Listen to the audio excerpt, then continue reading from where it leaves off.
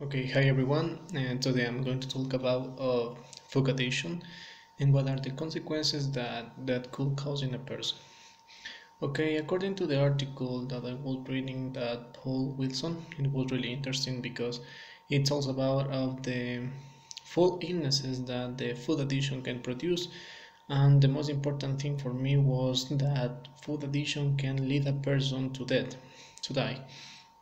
So first, I would like to talk about overeating.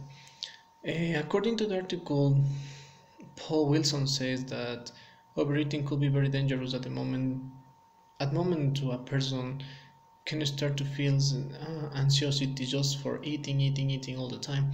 So in that way, I think that first is going to cause a lot of illnesses in heart, also in veins, heart diseases, arthritis, hypertension, things like that.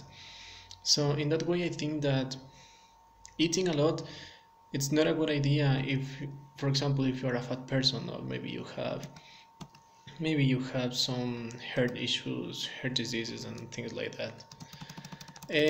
Another thing that was really interesting was the the illnesses that are acting nowadays in the 20th century. That was bulimia and anorexia.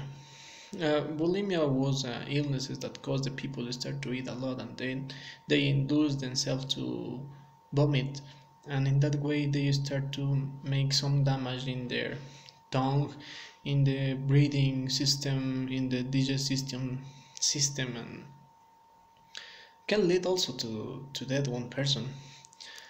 Taking into account that anorexia is another issue that is more produced in the brain of the person because the brain start to think that they look really fat, but on the other hand they are really teeny person that they look like skeletons, and the people start to think that while more eating they are start to get fatter, and that's not the way. And so in that way I think that it is it's a psychological illness.